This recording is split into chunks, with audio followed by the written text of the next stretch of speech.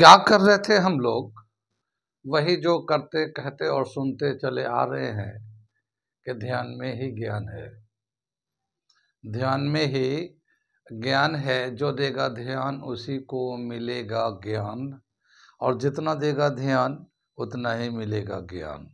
थोड़ा ध्यान थोड़ा ज्ञान, ज़्यादा ध्यान ज़्यादा ज्ञान, क्योंकि ध्यान में ही ज्ञान है। मैं साबिर अली और आप देख रहे हैं ILCC अली क्लासेस, जो अलीगढ़ बेस्ड नीट जेई का रेजिडेंशियल कोचिंग क्लास है। साथ ही AMU, जामिया, BHU या दूसरे यूनिवर्सिटी के दूसरे एंट्रेंस की भी तैयारी कराते हैं, जैसे 9th है, 11th diploma engineering, BSc nursing, CET, CUET वगैरह वगैरह सब तैयारियां होती हैं। तो वो लोग जो लोग तैयारी करना चाहते हैं कांटेक्ट कर सकते हैं। ऑफलाइन ऑनलाइन दोनों ही मोड अवेलेबल है। ऑफलाइन में तो लोकल बच्चे अपने आके यहाँ तैयारी कर लेते हैं, लेकिन ऑनलाइन एक ऐसा प्लेटफॉर्म है जो बच्चे अलीगढ़ के बाहर, हिंदुस्तान के किसी कोने में या हिंदुस्तान के बाहर किसी कंट्री में हैं और अलीगढ़ या फिर जामिया के एंट्रेंस की तैयारी करना चाहते हैं, तो वो हमारे साथ ऑनलाइन प्लेटफॉर्म पे अलीगढ़ के क्वालिफाइड एंड एक्सपीरियंस टीचर से किसी भी कंपटीशन की तैयारी कर सकते हैं। ठीक है। साथ ही हमारे चैनल को सब्सक्राइब कर लें, क्योंकि जो भी यूनिवर्सिटी का इन्फॉर्मेशन होता है हम लोग उसको अपडेट करते रहते हैं। तो अपने आप को अपडेट रखने के लिए यूनिवर्सिटी के इन्फॉर्मेशन से हमारे चैनल को सब्सक्राइब कर लें। साथ ही इस पर हम लोग बहुत सारे रिकॉर्डेड क्लासेस भी अपलोड करते हैं, जिससे आपको बहुत सारे टेस्ट की तैयारी में हेल्प मिलता है। ठीक है, तो हमारे चैनल को सब्सक्राइब कर लें। ठीक, हम लोग क्या कर रहे थे, केमिस्ट्री क्लास 11th इक्विलिब्रियम, और ऑलमोस्ट ख़त्म पे हम लोग पहुंच चुके हैं। जब देखे होंगे प्रीवियस क्लास को तो समझ में आ रहा होगा। आज हम लोग जो टॉपिक करने जा रहे हैं वो है hydrolysis of salt and pH of the solution. ठीक है, जैसे जो एसिड होता है, बेस होता है, जब एसिड एंड बेस को रिएक्ट कराते हैं तो वो सॉल्ट बन जाता है। ठीक है, सॉल्ट को अगर हम लोग वाटर में डिसॉल्व करते हैं तो वो फिर अनाइंस एंड कटाइंस में डिसोसिएट हो जाते हैं। फिर वो अनाइंस एंड कटाइंस में जो डिसोसिएट हो जाएंगे तो फिर सोल्यूशन का pH क्या होगा, उसका pH निकालना है। तो आज हम लोग हेडिंग डालने जा रहे हैं। क्या है हेडिंग इसका? आज जो टॉपिक करने जा रहा है वो इसका।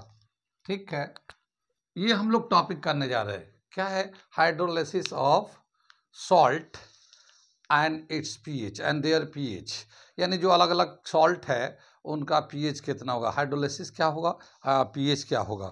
ठीक है,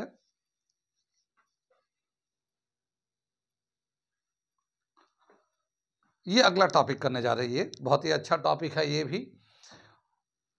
अब क्या बताया कि सॉल्ट, यहाँ देखते पहले क्या होता है। सॉल्ट जानते हैं, सॉल्ट हम लोग जानते हैं, जब भी कभी एसिड एंड बेस को रिएक्ट कराते हैं हम लोग तो वो सॉल्ट बनता है।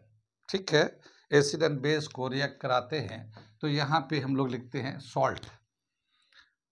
एसिड को बेस के साथ रिएक्ट कराते हैं तो ये जो प्रोडक्ट बनता है ये सॉल्ट होता है। सॉल्ट जो भी हो, जैसे एसिड होता है तो उसका pH जो है ना 7 से कम होता है, कुछ भी हो 7 से कम, 6, 5, 4, 3, 2 कुछ भी हो। ठीक है ना। बेस होता है तो उसका pH 7 से ज़्यादा होता है, 14 तक होता है, 7 से ऑनवर्ड 14 तक होता है। ठीक, और अब ये जो एसिड एंड बेस को कंबाइन करेंगे तो सॉल्ट होगा, तो सॉल्ट का भी अपना एक pH होगा। तो सॉल्ट का जो pH होगा वो डिपेंड करता है कि ये जो एसिड या बेस किस नेचर का है। ये दोनों आपस में इनको जब कंपेयर करेंगे तो इनका एसिडिक नेचर या बेसिक नेचर बराबर है, या एसिडिक ज़्यादा है, या स्ट्रॉन्ग एसिड है वीक बेस है, या वीक एसिड है स्ट्रॉन्ग बेस है, या दोनों बराबर के स्ट्रेंथ के हैं। तो उसके हिसाब से इस सॉल्ट का नेचर होता है या सॉल्ट का pH होता है। कितनी बात में, तो उसके कैटेगरी के हिसाब से अगर हम लोग देखते हैं तो यहाँ पे 3 तरह के सॉल्ट है, 3 टाइप्स के सॉल्ट है। एक जो सॉल्ट दे रखा है वो हम लोग यहाँ पे लिख रहे हैं, जैसे weak acid plus strong base. Strong base, अगर इस तरह के हम लोग वीक एसिड और स्ट्रॉन्ग बेस को अगर मिक्स करके सॉल्ट बनाते हैं तो ये जो सॉल्ट बनेगा ये बेसिक सॉल्ट बनेगा। बेसिक सॉल्ट क्या मतलब हुआ, ये जो सॉल्ट है इसका पीएच जो है ना 7 से ज़्यादा हो जाए, बेसिक नेचर का होगा, अल्कलाइन नेचर का होगा, अल्कलाइन उसका जो पीएच है ना 7 से ज़्यादा आएगा। एक तो ये टाइप हो गया। दूसरा दे रखा है इसमें, अगर strong acid and weak base को कंबाइन करके एक सॉल्ट बनाते हैं तो ये स्ट्रॉन्ग एसिड है तो ये एसिडिक सॉल्ट बनेगा, ये एसिडिक सॉल्ट बनेगा। कहने का है कि जो सॉल्ट होगा इसका जो पीएच होगा 7 से कम होगा, ठीक। या तीसरा जो नेचर दे रखा है, अगर weak acid and weak base को मिक्स करके सॉल्ट बनाते हैं तो ये जो है न्यूट्रल सॉल्ट होगा, न्यूट्रल सॉल्ट बनेगा। ये न्यूट्रल सॉल्ट का मतलब ये कि इसका जो पीएच है अप्रॉक्सीमेटली 7 के आसपास होगा। कितनी बात सुन में? तो ये तो हमारा सॉल्ट हो गया, जो हमारा सॉल्ट है। अब इसके हिसाब से जो किस तरह का हम लोग सॉल्ट लेते हैं उसके हिसाब से हम लोग आगे चलते हैं। अब ये जो सॉल्ट है जब हम लोग वाटर में डिजॉल्व करेंगे, वाटर में डिजॉल्व करते हैं, हाइड्रोलिसिस, अगला जो वर्ड है हाइड्रोलिसिस, वो हाइड्रोलिसिस का क्या मतलब होता है।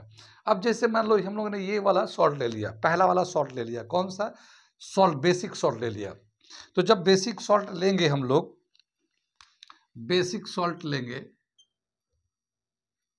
ठीक है, और इसको वाटर में डिजॉल्व करेंगे, वाटर में डिजॉल्व करते हैं, डिजॉल्व इन वाटर, वाटर में जब डिजॉल्व करेंगे तो ये जो सॉल्ट है दो आइंस में बन जाएगा, एक तो कटाइंस हो जाएगा, एक अनाइंस हो जाएगा, ठीक है। एक कटाइंस होगा, एक अनाइंस हो जाएगा। जो अनाइंस होगा और जो कटाइंस होगा, ये दो पार्ट बन जाएगा, यहां से एक अनाइंस बनाएगा और एक कटाइंस बनाएगा, ठीक है।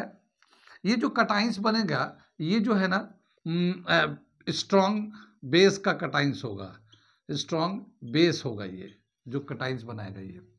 और ये अजनाइन जो है ना वीक एसिड होगा, वीक एसिड होगा ये।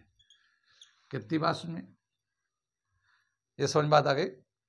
अभी हम इसको दिखाएंगे इसको, ठीक है। बेसिक सॉल्ट लेते हैं तो अगर पानी में डिजॉल्व करें तो वो उसमें से एक टूट का अनाइन बनेगा, एक कटाइन बनेगा। तो जो कटाइंस बनता है वो स्ट्रॉन्ग बेस हो जाता है, अनाइंस बनता है तो वो वीक एसिड होता है। कितनी बात।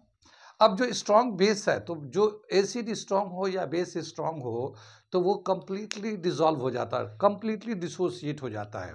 जब कंप्लीटली डिसोसिएट हो जाता है तो उसमें इक्विलिब्रियम नहीं आता। पहले भी हम लोगों ने पढ़ रखा है। इक्विलिब्रियम कहाँ पे आता है? जहाँ पे वीक सॉल्यूशन होता है या वीक इलेक्ट्रोलाइट होता है तो उसमें इक्विलिब्रियम आता है। तो यहाँ पे वीक एसिड है, तो ये वाला जो वीक एसिड है ये इक्विलिब्रियम के लिए आगे के फर्दर स्टडी करेंगे या फर्दर उसको प्रोसेस प्रोसीड करेंगे। लेकिन ये वाला जो बेस है, स्ट्रॉन्ग बेस है, ये यहाँ पे कंप्लीटली डिसोसिएट हो जाएगा और ये इसका कंसेप्ट इक्विलिब्रियम के रेस्पेक्ट में ख़त्म हो जाएगा, ये आगे बढ़ेगा। ये कितनी बात सुनिए। अब ये जो एसिड होगा तो ये वाटर से रिएक्ट करेगा, क्या ये वाटर से रिएक्ट करेगा एसिड, ठीक। ये जो है वाटर से रिएक्ट करेगा, ये दोबारा से वाटर से, और ये वाटर को डिसोसिएट कर देगा, वाटर को डिसोसिएट। वाटर जो है ना एक एम्फोटेरिक होता है, वाटर एक एम्फोटेरिक नेचर का होता है, वो कभी एसिड कभी बेस की तरह बिहेव करता है। अगर वीक एसिड है, अगर डिजॉल्व हो रहा है वाटर में तो यहाँ पे वाटर बेस की तरह बिहेव करेगा और ये डिसोसिएट होगा, इसके रेस्पेक्ट में वाटर डिसोसिएट होगा।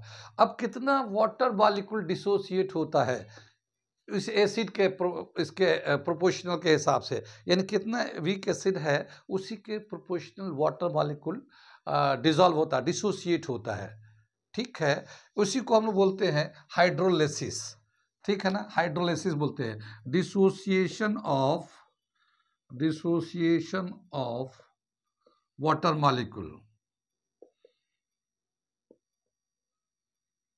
मॉलिक्यूल्स इज कॉल्ड हाइड्रोलिसिस, ठीक है। हाइड्रोलिसिस का मतलब जानते हैं, हाइड्रो मतलब वाटर होता है, लेसिस मतलब ब्रेक।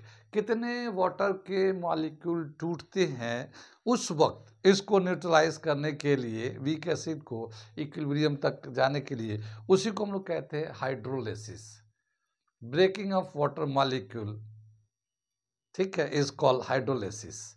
तो ये हाइड्रोलिसिस कहलाता है। कितनी बात समझ में आई? ये समझ में आया। अब हम लोग एक एग्जाम्पल लेते हैं, एक सॉल्ट लेते हैं, जैसे एनसीईआरटी के बुक में दे रखा है अमोनियम एसीटेट। अमोनियम एसीटेट एक सॉल्ट है जो एनसीईआरटी में डिस्कस किया, मैं उसी को डिस्कस कर रहा हूँ। अमोनियम एसीटेट, इसका जो फॉर्मूला है CH3COONA, ठीक है, ये अमोनियम एसीटेट कहलाता है ये। अब यहाँ पे जब वाटर में इसको डिजोल्व करेंगे तो यहाँ पे जो है ये दो आइंस बनेंगे इस तरह से। एक जो बनेगा CH3COO-, ये अनाइंस बन जाएगा, और ये जो है ना सोडियम कटाइंस बन जाएगा, सोडियम जो है ना कटाइंस बन जाएगा इस तरह से। और ये जो सोडियम कटाइंस है ये स्ट्रॉन्ग बेस से आया हुआ है। कौन सा बेस का आया हुआ है? ये सोडियम हाइड्रो ऑक्साइड बेस, ये स्ट्रॉन्ग बेस होता है। और जो ये एसीटेट है ये वीक एसिड से बना हुआ है, और जो वीक एसिड है इसका फॉर्मूला है एसिटिक एसिड, CH3COOH, ये एसिटिक एसिड कहलाता है।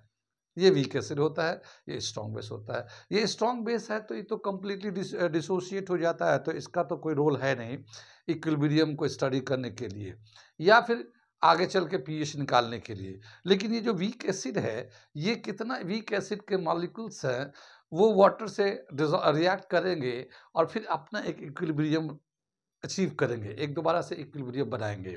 जितना ये वाटर से रिएक्ट करेंगे उतना तो हाइड्रोलिसिस हो जाएगा, ठीक है ना। वो वाटर से रिएक्ट करेंगे, वाटर को तोड़ेंगे, ये हाइड्रोलिसिस कहलाता है। लेकिन कितना मॉलिक्यूल्स इसका है, एसिटिक एसिड के कितना मॉलिक्यूल डिसोसिएट होते हैं इक्विलिब्रियम के, जब इक्विलिब्रियम आता है तो जितना number of molecules of water dissociated to achieve the equilibrium, that is called degree of hydrolysis. तो मैं डिग्री ऑफ हाइड्रोलिसिस बताऊंगा अभी, लेकिन यहाँ पे ये समझ में आया, ये कितनी बात समझ में आई।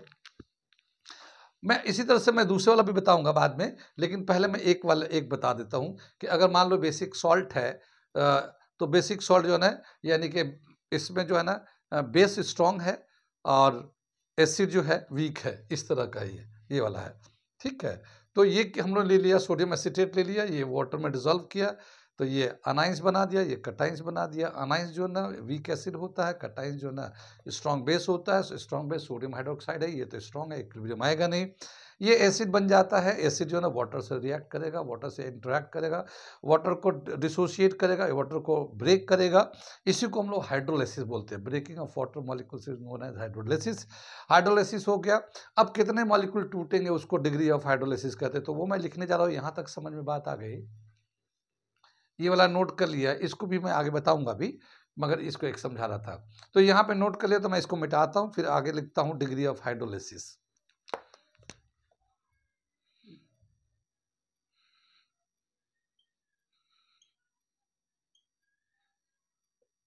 डिग्री ऑफ हाइड्रोलिसिस, अमाउंट और number of molecules of water break when a weak acid weak base or weak base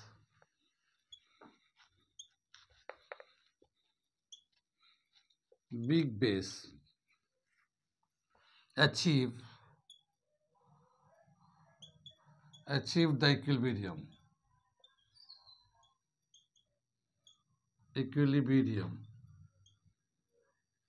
is called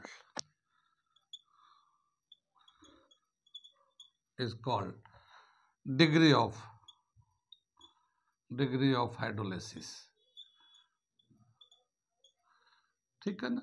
degree of hydrolysis, ये डिग्री ऑफ हाइड्रोलिसिस को हम लोग H से दिखाते हैं, ऐसे ठीक है, एक नोटेशन दे रखा है तो H से दिखाते हैं। जैसे हम लोग डिग्री ऑफ डिसोसिएशन को अल्फा से दिखाते हैं, यहाँ H से दिखाते हैं। ये बात समझ में, अमाउंट कितना, number of molecules of water break when a weak acid और weak base achieve the equilibrium. यानी जब वीक एसिड का है तो ज़्यादा उसमें इक्विलिब्रियम आएगा, तो वीक एसिड वाटर से रिएक्ट करेगा, फिर इक्विलिब्रियम आएगा। तो उस वक्त इक्विलिब्रियम आते वक्त, जब इक्विलिब्रियम अचीव होता है तो उस वक्त कितने वाटर के मॉलिक्यूल डिसोसिएट होती हैं, वो डिग्री ऑफ डिसोसिएशन कहलाता है। या अगर वीक बेस है तो वो भी वाटर के साथ रिएक्ट करेगा, क्योंकि वाटर तो एक एम्फोटेरिक होता है, कभी एसिड कभी बेस रिएक्ट करता है। तो उसके हिसाब से वो हमारा डिग्री ऑफ हाइड्रोलिसिस कहलाता है। कितनी बात सुन में, यहाँ तक समझ में आ गया है डिग्री ऑफ हाइड्रोलिसिस। आगे चलते हैं। जब ये हाइड्रोलिसिस होगा तो ज़ाहिर है वाटर जब टूटता है, तो वाटर टूटता है तो क्या बनाता है ये, इसको मैं थोड़ा सा मिटा दूँ। ये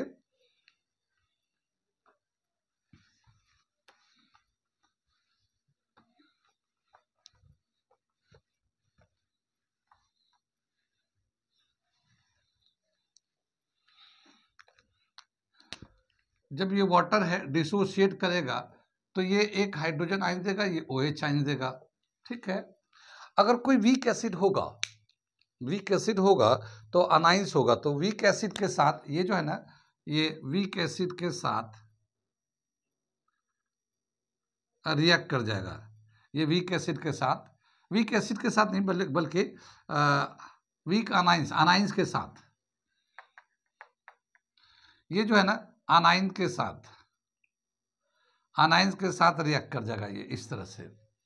ठीक है, और ये जो है ना ये फ्री होता जाएगा, ये फ्री होता जाएगा। ठीक है, कितनी बात सुन में। तो यहाँ पे जो वाटर जो है ना, यहाँ पे हाइड्रोजन को डोनेट करता है, तो यहाँ पे वाटर एसिड की तरह बिहेव करेगा। कितनी बात सुन में, एसिड की तरह बिहेव करेगा वाटर।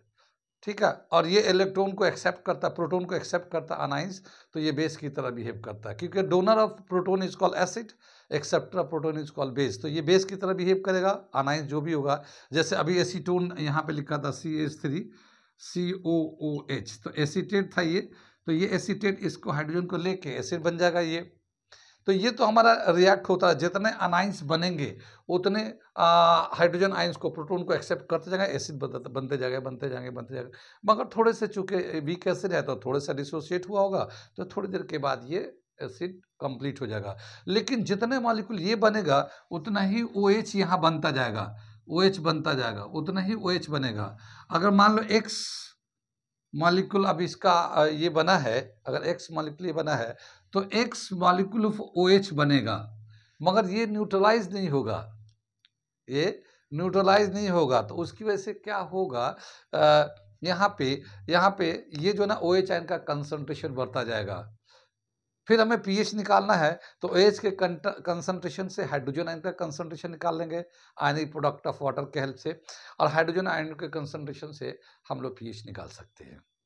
कितनी बात में। तो यहाँ पे जो वाटर है ये एसिड के तौर पे रोल प्ले कर रहा है, ऐसे ही दूसरी जगह बेस की तरह भी रोल प्ले करता है, हाइड्रोजन ये देता है ये। ठीक, तो आगे हम लोग चल के बताते हैं। इतनी बात समझ में आ गई। तो यहाँ पे जो वाटर है एसिड बेस दोनों तरह से रोल प्ले करता है, और उसकी वजह से हमें हाइड्रोजन आयन का एक्सेस मिलता है या हाइड्रो ऑक्साइड आयन मिलता है, फिर उसको यूज़ करके हम लोग pH निकालते हैं। आगे चले हम लोग, यहाँ समझ में आ गया, ये हाइड्रोलिसिस समझ में आ गया। अब हम इस एग्जाम्पल को लेके चलते हैं, सोडियम एसीटेट को, पहला वाला। ठीक है, क्या है उसका वो हम थोड़ा सा बेसिक समझाते हैं। Weak acid and strong base का जो सॉल्ट होता है वो कैसे आगे बढ़ता, प्रोसीड करता है, ये समझ में आ गई बात। Salt of weak acid and strong base, strong base, इसको हम लोग कह सकते हैं बेसिक सॉल्ट, बेसिक सॉल्ट, ये हम लोग ले रहे हैं। और ये एग्जांपल जो हमने बताया था अभी अभी लिया था हम लोगों ने, वो क्या है, sodium acetate, sodium acetate, formula है इसका CH3 COONA, सोडियम एसीटेट, ये है हमारा फॉर्मूला। ये हमारा बेसिक सॉल्ट होता है, क्योंकि इसमें जो सॉल्ट है ये जो सोडियम है और ये वीक एसिड है ये। अब अगर हम लोग इसको वाटर में जब डिसॉल्व करते हैं तो क्या होता है, ये इसको दिखा रहे हैं हम लोग। ये वाटर में जब डिसॉल्व करते हैं COONA, ठीक, ये डिसोसिएट हो जाता है हमारा वाटर में डिसॉल्व करने के बाद। एक्वस सोल्यूशन बनाते हैं, एक्वस सोल्यूशन में तो ये CH3COO नेगेटिव और सोडियम पॉजिटिव बन जाता है। ये जो सोडियम है, सोडियम जो कटाइंस बना है, ये बेसिकली एक स्ट्रॉन्ग बेस से बनता है। अब वो है सोडियम हाइड्रोक्साइड। तो ये जो है सोडियम हाइड्रोक्साइड, ये बेस होता है, स्ट्रॉन्ग बेस होता है, और ये एसिटिक एसिड एसिड होता है, वीक एसिड होता है। इन दोनों को जब कंबाइन करते हैं तो इस तरह से ये सोडियम एसीटेट बन जाता है। ये कैसे बनता है देखिए हम बता रहे हैं। ये हमारा CH3COH, ये तो हमारा एसिड होता है, वीक एसिड है, ये वीक एसिड है ये, और ये सोडियम हाइड्रोक्साइड, ये स्ट्रॉन्ग बेस है, ठीक है, ये स्ट्रॉन्ग बेस है।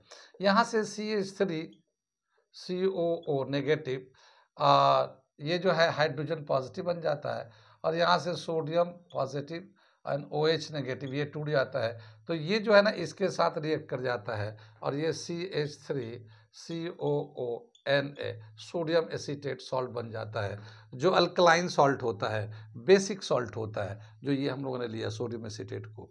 ये इस तरह से डिसोसिएट हो जाता है। लेकिन जब ये डिसोसिएट होता है तो ये जो सोडियम है, ये दोबारा से सोडियम हाइड्रोक्साइड बना लेता है, ठीक है, सोडियम हाइड्रोक्साइड बना लेता है, और ये स्ट्रॉन्ग बेस है, ठीक है, ये स्ट्रॉन्ग बेस है, ठीक है। तो यहाँ पे क्या है कि सोडियम जो है, सोडियम एसीटेट बनाता है, sodium react with water and convert in sodium ions sodium hydroxide, ये स्ट्रॉन्ग बेस बन जाता है, दोबारा से स्ट्रॉन्ग बेस हो जाता है। ये कितनी बात सुने। और ये जो है ना स्ट्रॉन्ग होता है तो ये कंप्लीटली डिसोसिएट हो जाता है, तो इसमें इक्विलिब्रियम नहीं आता, it completely dissociated. Sodium acetate, sodium hydroxide is completely dissociated, ठीक है ना। So there is no role in equilibrium, इसका कोई रोल नहीं होता। कितनी बात सुन में, यहां तक समझ में आ गया, इसका कोई रोल नहीं होता। अब ये जो है हमारा अनाइंस होता है, ये जो है वाटर के साथ रिएक्ट करता है, ये वाटर के साथ रिएक्ट करेगा। अब मैं इसका रिएक्शन लिखने जा रहा हूं, इधर से मिटा रहा हूं, ठीक है ना।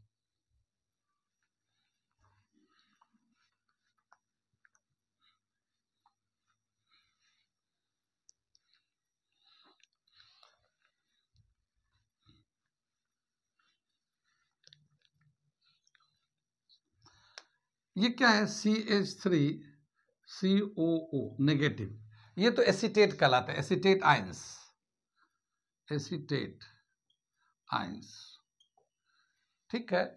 और ये कितना बनेगा, चूंकि वीक एसिड है ये, तो पार्शियली डिसोसिएट होगा, यानी कि ये वीक एसिड से बना हुआ है, तो जाहिर है थोड़े से मॉलिक्यूल इस तरह के एसीटेट आयंस बनाएंगे, कुछ मॉलिक्यूल एसीटेट आयंस बनाएंगे, और जितना इसका मॉलिक्यूल होगा, ये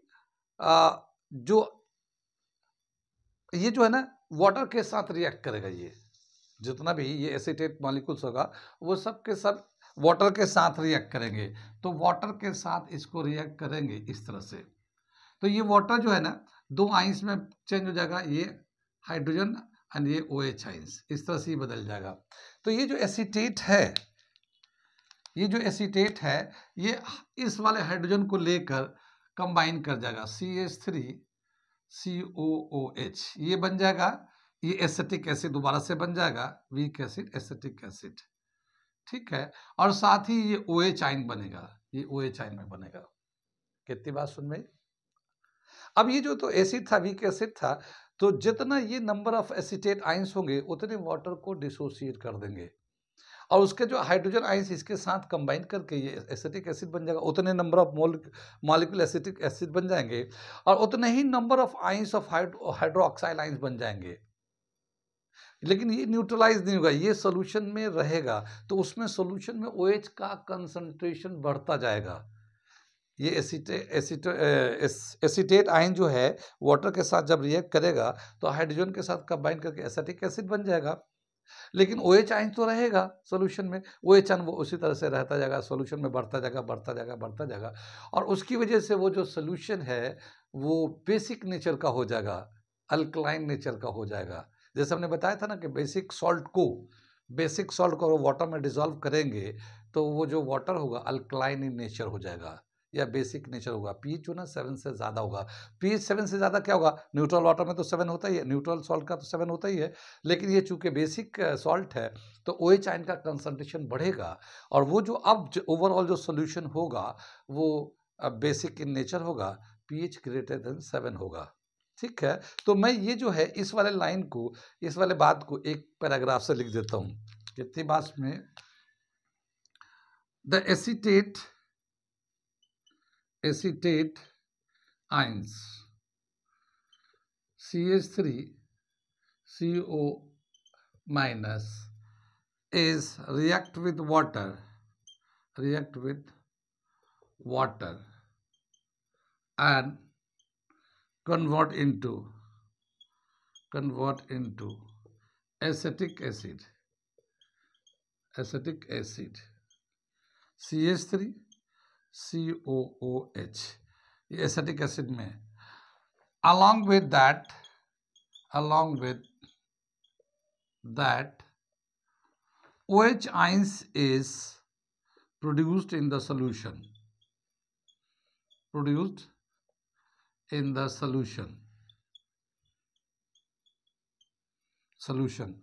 due to presence of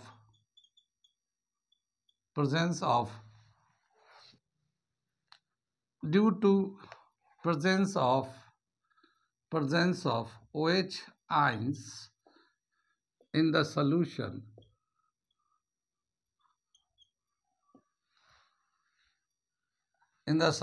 in excess, the solution becomes alkaline,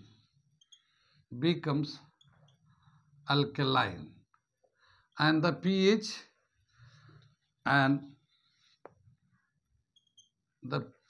is greater than 7,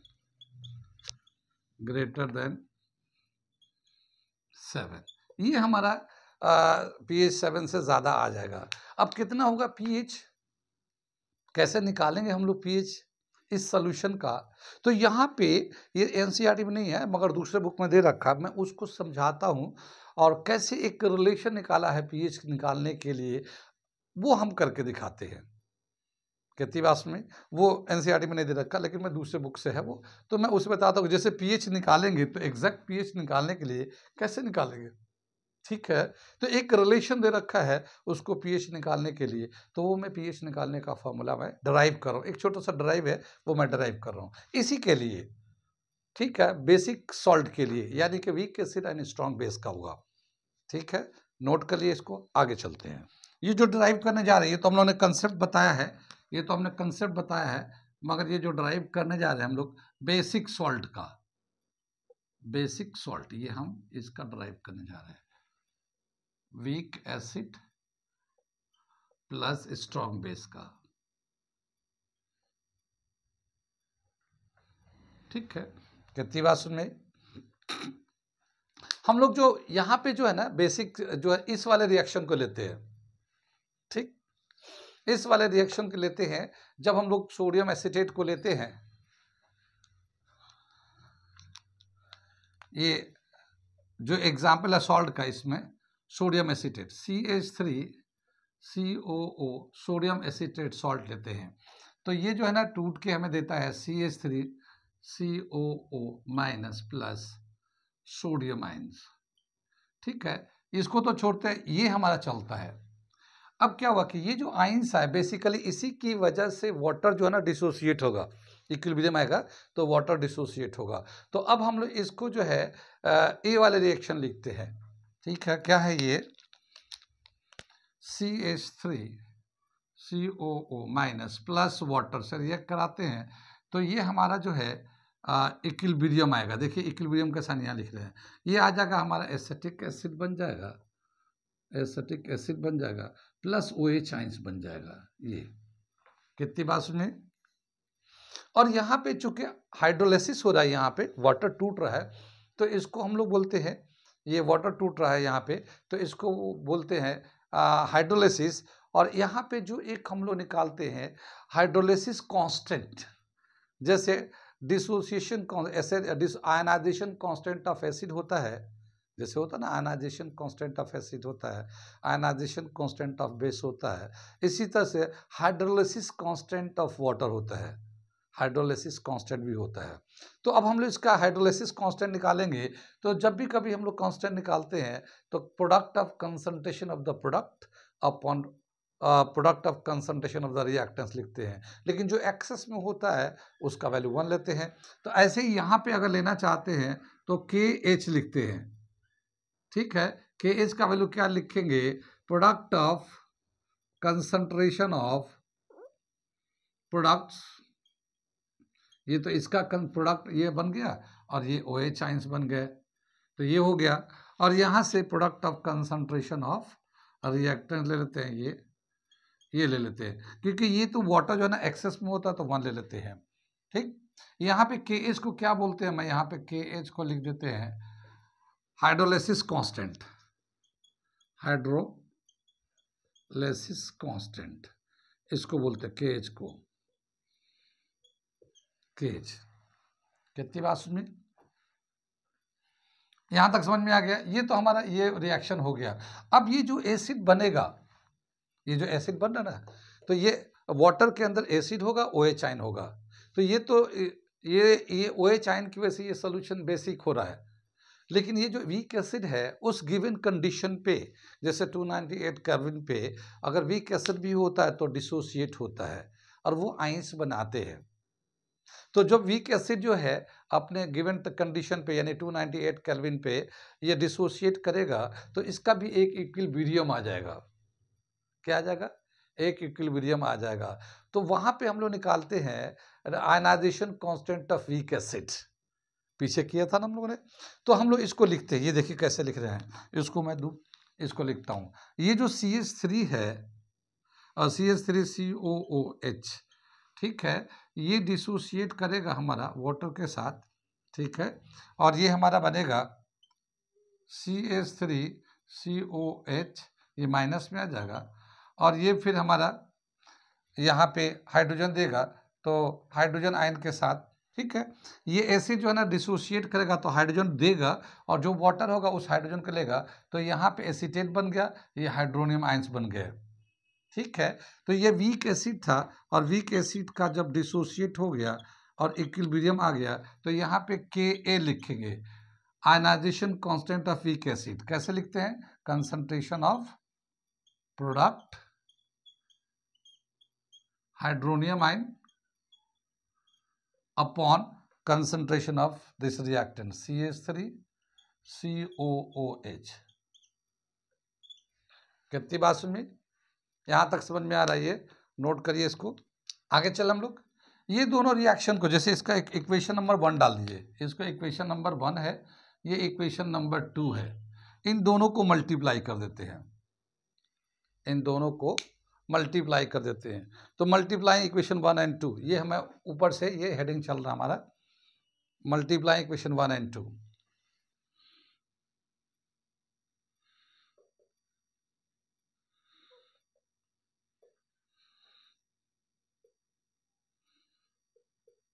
one and 2 को यानी इसको और इसको मल्टीप्लाई कर देते हैं, तो ये हो जाएगा KH into KA is equal to क्या आ जाएगा,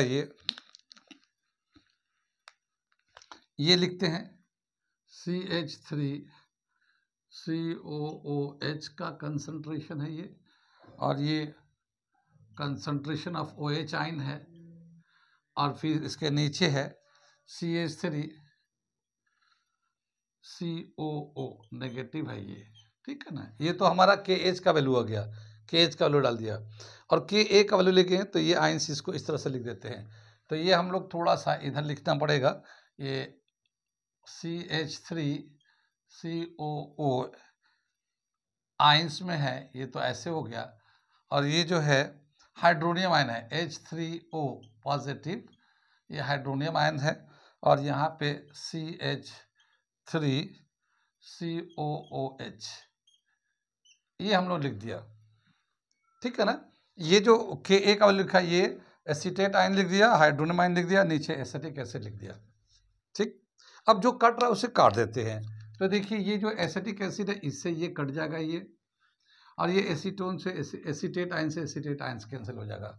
अब ये बचा कितना, तो यहाँ से बचेगा ये OH आयंस एक ब्रैकेट में, और ये आ गया हाइड्रोनियम आयन ये दूसरे ब्रैकेट में।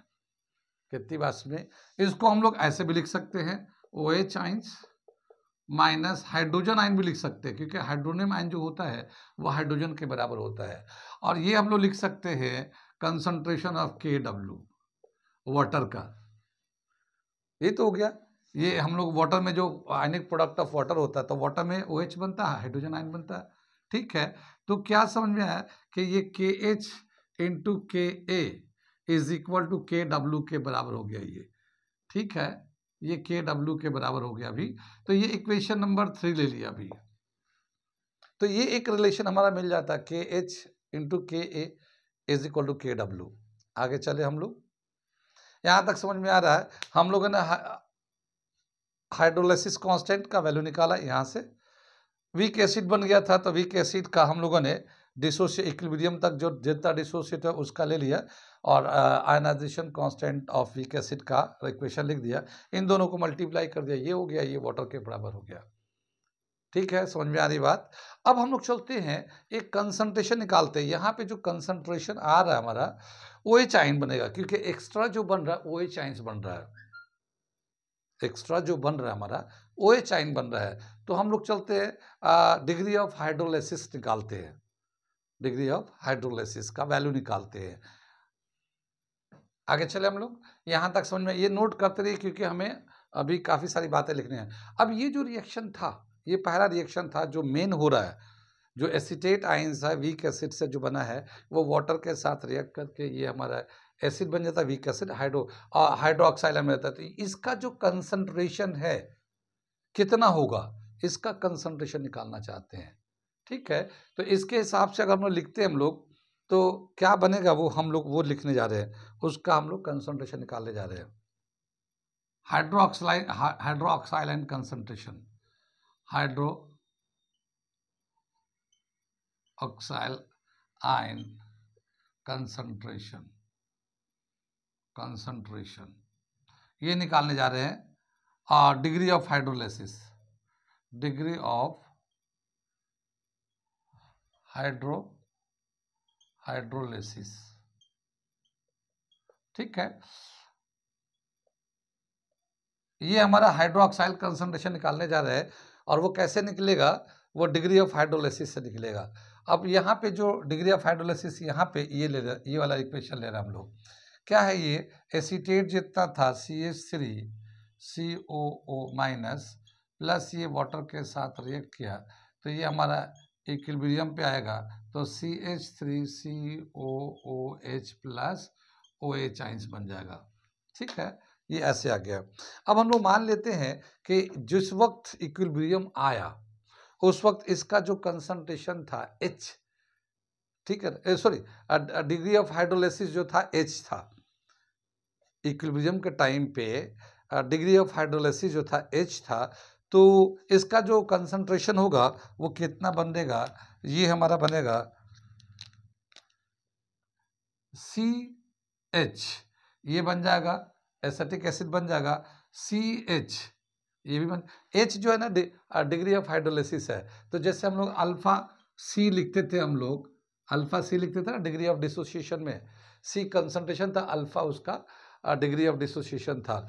यहाँ पे हम लोग लिखते हैं HC, ठीक है ना, H है degree of hydrolysis, C concentration है, तो HCCH लिख सकते हैं ऐसे। और इसका जो इनिशियल कंसंट्रेशन तो C था, और इतना जो डिसोसिएट हो गया इक्विलिब्रियम पे डिसोसिएट हो गया, तो ये अब ये अनडिसोसिएटेड बचा हुआ है, ठीक है ना, अनडिसोसिएटेड बचा हुआ है इसका इक्विलिब्रियम पे, क्योंकि ये वीक एसिड है ना, तो सभी के सभी तो वाटर में तो जाएंगे नहीं। ये एसीटेट जो है ये वीक है, वीक से बना हुआ है, तो जितने भी एसीटेट हैं वो सभी के सभी एसिटिक एसिड नहीं बना पाएंगे, कुछ ही बना पाएंगे, बाकी सब एज इट इज रह जाएंगे, तभी तो इक्विलिब्रियम आएगा। ठीक है, तो ये हमारा इस तरह से लिख दिया। अब हम लोग इसका KH फिर से निकालते हैं। KH कैसे निकालेंगे, अब मैं थोड़ा सा यहाँ से मिटाता हूँ, ये वाला हेडिंग चल रहा अभी, यही चलेगा अभी, बहुत अभी आगे तक चलेगा, तो मैं इसको मिटाता हूँ थोड़ा सा ऊपर से, और ये इसलिए बचा के रख रहा हूँ कि ताकि समझाने में आसानी रहे। यहाँ पे क्या है, KH निकालेंगे हाइड्रोलिसिस कांस्टेंट, तो कंसंट्रेशन ऑफ CH3COOH, ये कंसंट्रेशन होगा, OH आयन का कंसंट्रेशन होगा अपॉन CH3COO माइनस, ये वाला हमारा ये रिएक्शन जो है ना, ये वाला इक्वेशन बन गया है। ये सेम यही लिखा हम लोगों ने, वहां से लिखा है सेम है ये। अब यहाँ पे जो इसका जो कंसंट्रेशन है HC है इसका, एसिटिक एसिड का, और OH का कंसंट्रेशन SC है, और फिर यहाँ पे जो कंसंट्रेशन है C-1 है, ये यहाँ से हम लोग C को बाहर निकाल लेते हैं, तो 1 - H के बराबर होगा। ठीक है, कितनी बात सुन में, ये C से C कैंसिल हो जाएगा, ये यहाँ पे H² C आ जाएगा, और ये 1 आ जाएगा। क्यों, क्योंकि H जो है डिग्री ऑफ हाइड्रोलिसिस बहुत ही स्मॉल होगा, वीक होने की वजह से बहुत ही स्मॉल वैल्यू होगा, और उसकी वजह से वो 1 के कंपेयर में बहुत ही स्मॉल वैल्यू होगा, तो उसको नेग्लेक्ट कर देंगे, तो ये 1 हो जाएगा। यहाँ से हम लोग H का वैल्यू निकालेंगे, तो ये जो C है इधर आके नीचे चला जाएगा, तो H = KH/C का रूट हो जाएगा, ये H हो गया। ये हमारा इक्वेशन नंबर 4 ले लेते हैं। ठीक है, ये इक्वेशन नंबर 4 ले लिया। ये कितनी बात समझ में, ये हमारा एक रिलेशन आ गया डिग्री ऑफ हाइड्रोलिसिस के हिसाब से। कितनी बात, जिस वक्त यहाँ पे इक्विलिब्रियम होगा, तो जाहिर हमने बताया कि ये जो है सभी एसीटेट वाटर से कंबाइन नहीं करेंगे, कुछ करेंगे तो एसिड बन जाएंगे, कुछ OH आयन बन जाएंगे, मतलब जितना एसिड बनेगा उसी एसिटिक एसिड बनेगा उतना ही OH आयन्स बनेंगे। ठीक है, अगर मान लो ये 100 है तो सब 100 के 100 एसिड ही बनेगा, फिर तो स्ट्रांग हो जाएगा। तो वीक है तो कुछ इसके एसिड के वाटर के साथ रिएक्ट करके कुछ इसके एसिटिक एसिड बन जाएंगे, OH आयन बन जाएंगे। कितनी बात में, अब हमें OH आयन का कंसंट्रेशन चाहिए, क्योंकि हमें निकालना क्या है, pH, और यहाँ पे OH से हम लोग pH निकाल सकते हैं, तो OH आयन का कंसंट्रेशन लेना है। ये हमने लिखा है hydroxyl concentration, hydroxyl ion concentration लेना है, या फिर डिग्री ऑफ हाइड्रोलिसिस यहाँ निकाल दिया। ठीक है, तो OH आयन का कंसंट्रेशन हमें निकालना है, तो OH आयन का कंसंट्रेशन कैसे निकालेंगे हम लोग, वो लिख रहे हैं, कंसंट्रेशन ऑफ OH आयंस, ये है CH के बराबर है, वहाँ है ना, CH के बराबर है, C तो ऐसे ही रहेगा, और H की जगह पे हम लोग ये डाल देते हैं KH/C, ये KH/C, C को अंदर ले आते हैं, तो C जब अंदर जाएगा तो C² हो जाएगा, और C² से एक C कैंसिल हो जाएगा, तो ये CKH आ जाएगा रूट में, CKH। कितनी बात समझ में, और यहाँ पे KH का वैल्यू यहाँ से डाल सकते हैं, देखिए, या ये KH × KA = KW है, तो KH का वैल्यू क्या, KW/KA आ जाएगा। यहाँ पे हम लोग ब्लैक पेन से, ब्लू पेन से लिख देता हूँ मैं यहाँ पे, और KH = KW/KA, ये हम थर्ड इक्वेशन में ले लेते हैं इस तरह से, तो KH का वैल्यू उससे चेंज कर देते हैं, तो CKW/KA, ये हमारा रूट में आ जाएगा। कितनी बात सुन में, ये हमारा हाइड्रोक्साइल कंसंट्रेशन हो गया, ये इक्वेशन नंबर हमारा 5th हो गया। कितनी बात सुन में, यहाँ तक समझ में आया। ये यहाँ पे एक चीज दे रखा है, ये वाला चीज पे हम लोग डिस्कस करेंगे कि H डिग्री ऑफ हाइड्रोलिसिस जो है रूट KH/C, C होता कंसंट्रेशन, कौन सा कंसंट्रेशन, ये एसीटेट का कंसंट्रेशन। ठीक है, यहाँ पे एसीटेट का कंसंट्रेशन था, तो ये इन्वर्सली प्रोपोर्शनल है। ठीक है, H is inversely proportional to square root of concentration of acetate. Acetate का कंसंट्रेशन कितना है उससे इन्वर्सली प्रोपोर्शनल है डिग्री ऑफ हाइड्रोलिसिस। क्या मतलब हुआ इसका कि जितना ज़्यादा एसीटेट का कंसंट्रेशन होगा उतना कम डिग्री ऑफ हाइड्रोलिसिस होगा, और जितना कम कंसंट्रेशन होगा उतना ज़्यादा डिग्री ऑफ हाइड्रोलिसिस होगा। ठीक है, तो अगर हम लोग डाइल्यूट कर दे, यानी डाइल्यूट कर दे तो इसका कंसंट्रेशन कम होगा, और जब कंसंट्रेशन कम होगा तो डिग्री ऑफ हाइड्रोलिसिस ज़्यादा होगा, डाइल्यूट करेंगे तो। ये ओस्टवाल्ड डाइल्यूशन लॉ पढ़ा है हम लोगों ने, ओस्टवाल्ड डाइल्यूशन लॉ, कि एक स्ट्रॉन्ग एसिड भी, सॉरी वीक एसिड भी स्ट्रॉन्ग हो जाता है, कंप्लीटली डिसोसिएट कराते हैं। पीछे इसी चैप्टर में पीछे किया था ओस्टवाल्ड डाइल्यूशन लॉ। एनीवे यहाँ पे हम लोगों ने दिखाया कंसंट्रेशन से इन्वर्सली रिलेट करता है स्क्वायर रूट। ठीक है ना, degree of hydrolysis is inversely proportional to square root of concentration of acetate ions. ठीक है, ये हो गया। अब यहाँ पे चलिए कितने इक्वेशन हमने बना दिया। एक इक्वेशन तो सबसे पहले ये बनाया था कि जो एसीटेट बन के आ रहा वीक एसिड का जो सॉल्ट था, वीक एसिड स्ट्रॉन्ग बेस का जो सॉल्ट था, तो वो जो एसीटेट आयंस बना जो वीक एसिड का था, वो वाटर से रिएक्ट करेगा, और रिएक्ट करने के बाद ये एसिटिक एसिड बनेगा, हाइड्रोक्साइड बनेगा, और इसका KH का वैल्यू निकाल दिया, इक्वेशन नंबर 1 हो गया। कितनी बात सुन में, इसी इक्वेशन से हम लोग निकालेंगे डिग्री ऑफ हाइड्रोलिसिस, इसी इक्वेशन से। जैसे ये इक्वेशन यही लिखा हुआ है यहाँ पे, ये डिग्री ऑफ हाइड्रोलिसिस, ये जो है ना इसका रिएक्ट किया, ये बना, और यहाँ से हम लोगों ने डिग्री ऑफ हाइड्रोलिसिस H निकाला, ये 4th वाला इक्वेशन, सेम इक्वेशन है क्योंकि ये हो रहा है। लेकिन यहाँ पे जो है डिग्री ऑफ हाइड्रोलिसिस निकाल लिया, और इसलिए निकाल रहे कि हाइड्रोजन आयन का, हाइड्रोक्साइड आयन का कंसंट्रेशन निकालना है, तो इसका जो है हम लोगों का कंसंट्रेशन CH निकाल लिया उसका। लेकिन यहाँ पे CH, ये KH जो है, हम लोगों ने यहाँ पे दो अलग से इक्वेशन बनाया था कि जो ये वीक एसिड है, जो वीक एसिड है गिवन कंडीशन में, जो वीक एसिड होता है तो वो हाइड्रोलाइसिस डिसोसिएट होता है, इक्विलिब्रियम गेन करता है। तो जब ये डिसोसिएट करेगा, इक्विलिब्रियम गेन करेगा, तो ये एसीटेट आयंस दोबारा से बनेगा, हाइड्रोनियम आयंस बन जाएंगे। फिर Ka वीक एसिड का dissociation constant of ionization constant of weak acid का, ये इस तरह से हम लोगों ने रिलेशन लिख दिया Ka। फिर इन दोनों को जब मल्टीप्लाई किया था तो ये हमारा मल्टीप्लाई करने के बाद कैंसिल होने के बाद concentration of OH and hydrogen ion और हाइड्रोनियम आयन आया था, तो इसको Kw से रिप्लेस कर दिया था। KH का वैल्यू जो है Kw/Ka, यानी वाटर का कांस्टेंट और एसिड का कांस्टेंट जो है ना, एसिड है ना, ये वीक एसिड लेके चल रहा है, तो आयनाइजेशन कांस्टेंट ऑफ एसिड नीचे है। ठीक है ना, ionic product of water upon ionization constant of weak acid, तो ये 3rd इक्वेशन था। ठीक है, और यहाँ पे हम लोगों ने डिग्री ऑफ 4th इक्वेशन बनाया, फिर ये इसका कंसंट्रेशन निकाल लिया, CKW/Ka। अब ये बताइए कहाँ कहाँ समझ में आया, ये कहाँ कहाँ समझ में आया।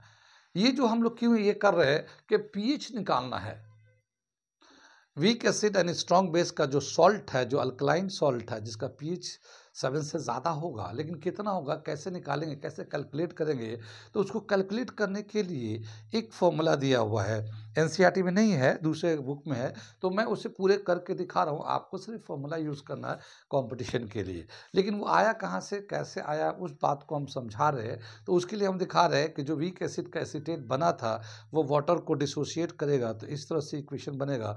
वहाँ से KH निकाला, hydrolysis constant of water, KH hydrolysis constant, इसका हम लोगों ने वैल्यू निकाला। यहाँ से एसिड बना है, तो वो एसिड वीक एसिड है, तो उसका इक्विलिब्रियम आएगा, वो गिवन टेम्परेचर कंडीशन पे 298 केल्विन पे कितना बनेगा, तो इसका इक्विलिब्रियम ये गेन करेगा, तो इसका जो इक्विलिब्रियम गेन करेगा तो ये इस तरह से लिखेंगे। फिर यहाँ पे एसिड का आयनाइजेशन कांस्टेंट ऑफ एसिड का रिलेशन निकाला, इन दोनों को मल्टीप्लाई किया, तो ये वाटर के बराबर हो गया।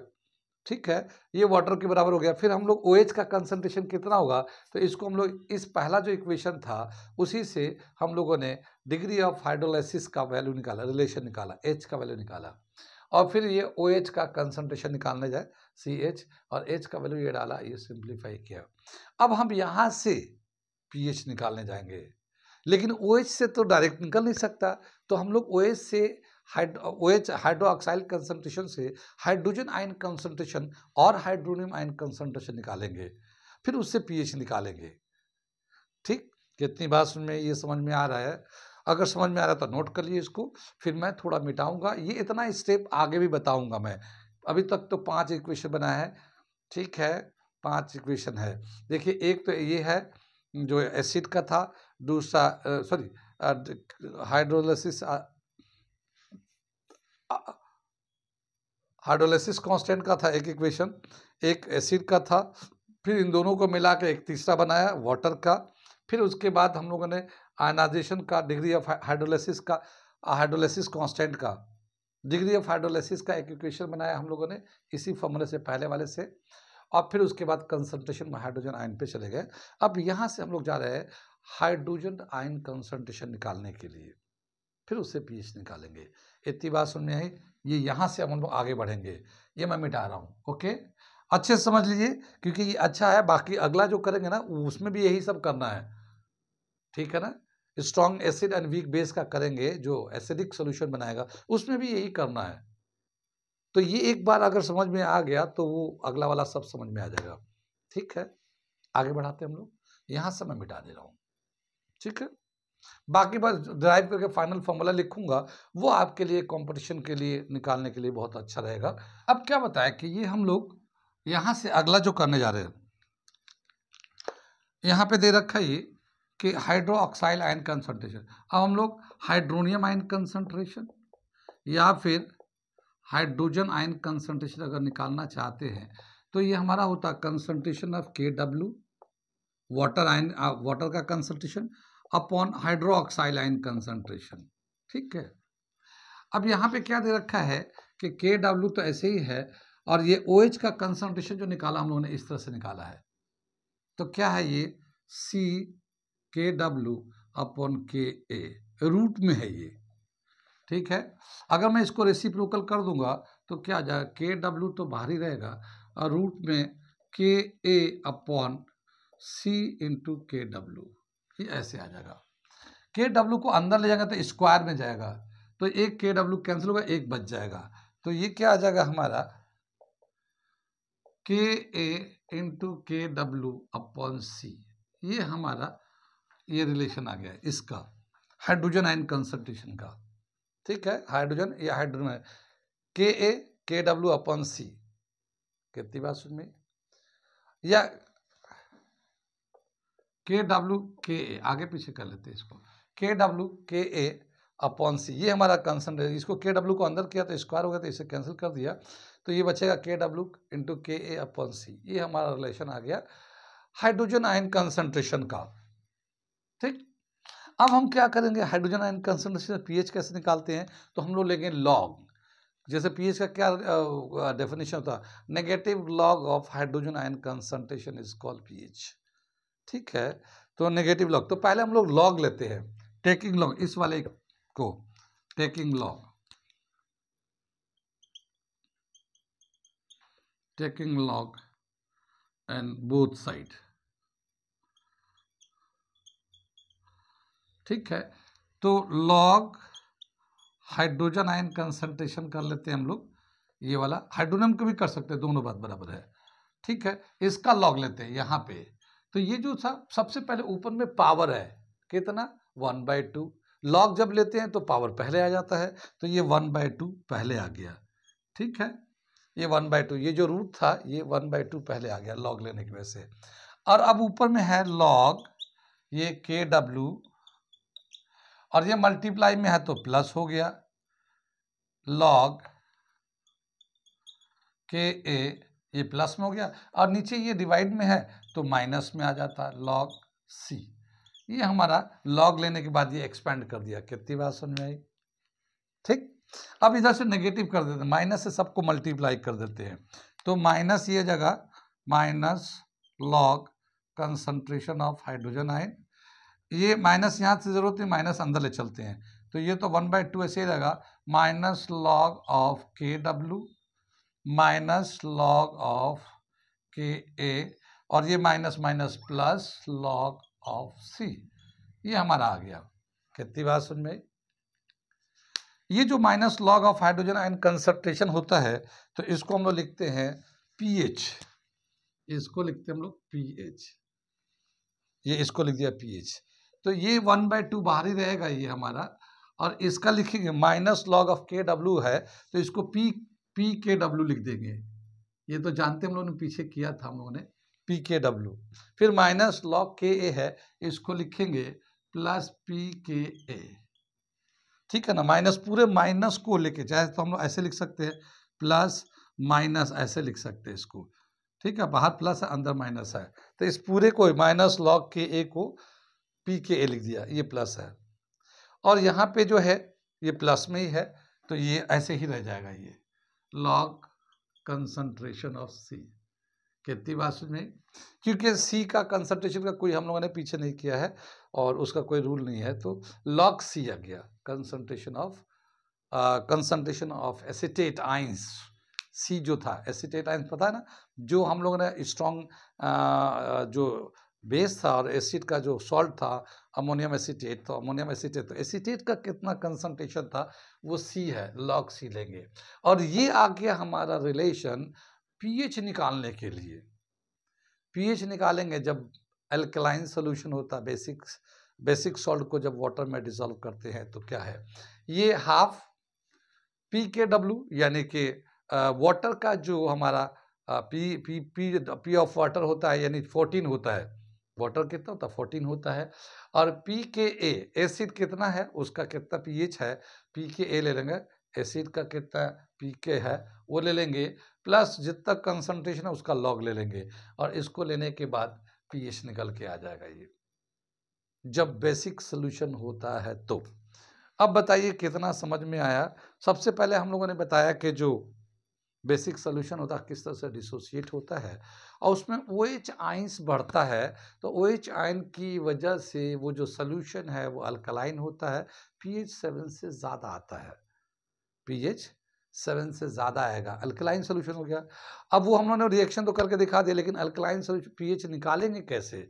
तो उसके लिए हम लोगों ने ये 5-6 स्टेप्स लिए हैं और लास्ट में ये लॉग लेके ये pH निकाला गया है। कितनी बात में? अब आपको ये फॉर्मूला याद रखना है, जब एसिड होता है तब हाफ पी के डब्ल्यू पी के ए प्लस पी लॉग सी, ये सब प्लस में है, सब प्लस में, ये भी प्लस में, ये भी प्लस में है। वाटर का पी के डब्ल्यू लेना है, एसिड का पी के ए लेना है और कंसंट्रेशन का लॉग लेना है, सब प्लस में लिखना है। उसके बाद जो आएगा उसको हाफ कर देंगे, ये पीएच हो जाएगा। ये हमारा हो गया एक टॉपिक और कंप्लीट टॉपिक हो गया, जहाँ पे हम लोगों ने बताया कि जब बेसिक सॉल्ट को हाइड्रोलाइज कराते हैं तो कैसे हाइड्रोलाइज होता है और कैसे उसका पीएच निकालते हैं। ठीक है, कितनी बात सुन रहे? नोट करिए इसको। फिर आगे हम लोग अगले क्लास में जो है अगला वाला हम लोग कराएंगे, क्योंकि अगर मैं उसको करूँगा तो काफ़ी बड़ा वीडियो हो जाएगा, तो एक एक टॉपिक एक एक बार पढ़ेंगे हम लोग। तो आज यहीं पे रहने थे, कल हम लोग कंटिन्यू करेंगे इसके अगले वाले पे। ठीक है, 3 तरह का सॉल्ट बताया था ना, तो पहला सॉल्ट तो कर रखे थे, दूसरा और तीसरा 2 और है। ठीक है, नोट कर लीजिए इसको।